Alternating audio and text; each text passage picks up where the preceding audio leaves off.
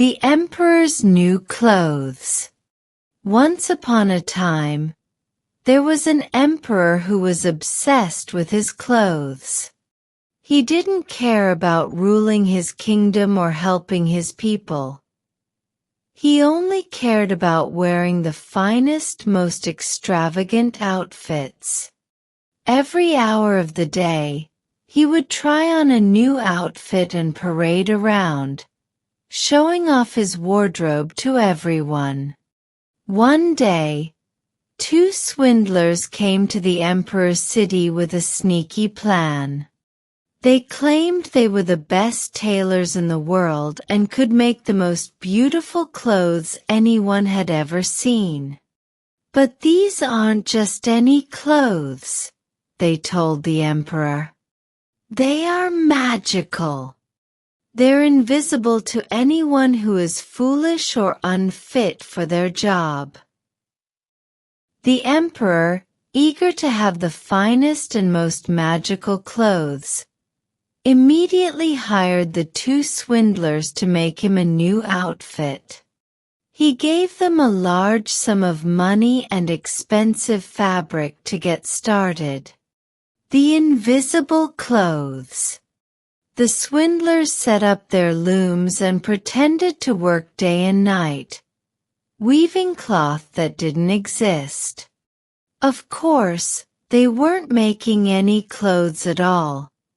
They were just pretending. But no one wanted to admit they couldn't see the fabric, because that would mean they were either foolish or unfit for their jobs. Curious about how his new clothes were coming along, the emperor sent his most trusted minister to check on the progress. When the minister arrived, he saw nothing on the looms, but he didn't want to admit it. "Oh, it's stunning," the minister lied. "Such beautiful patterns and colors." The swindlers smiled, knowing their trick was working. "Tell the emperor that his new clothes will be ready soon," they said. The same thing happened when other officials visited the swindlers. No one could see the clothes, but no one wanted to be the one to admit it. They all praised the invisible fabric, calling it magnificent, and hurried back to tell the emperor. The emperor's new clothes.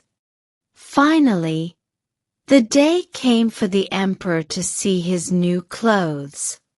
The swindlers pretended to hold up the invisible outfit, showing off the delicate fabric and beautiful design.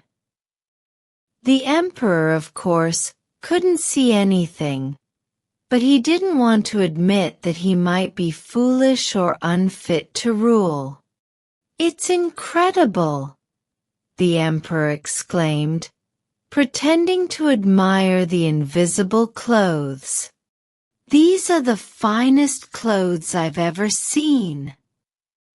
The swindlers helped the emperor put on his new clothes, acting as if they were dressing him in the invisible outfit. Then, the emperor announced that he would parade through the city to show off his new clothes to everyone.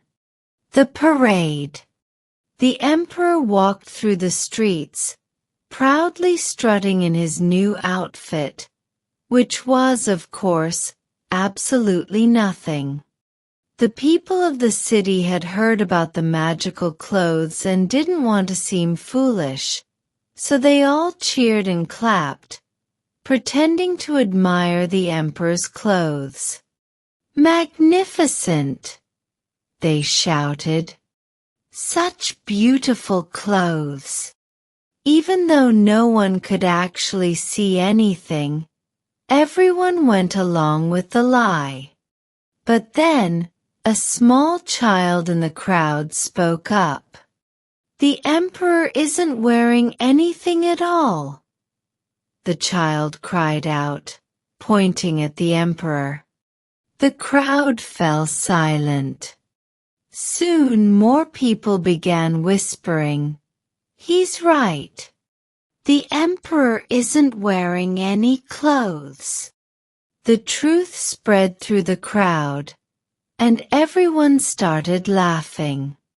The emperor, realizing that the child was right, turned bright red with embarrassment.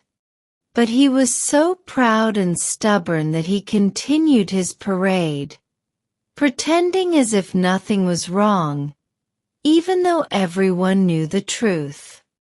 The moral of the emperor's new clothes. Don't let pride or fear stop you from telling the truth. The emperor and his officials were so worried about appearing foolish that they went along with an obvious lie.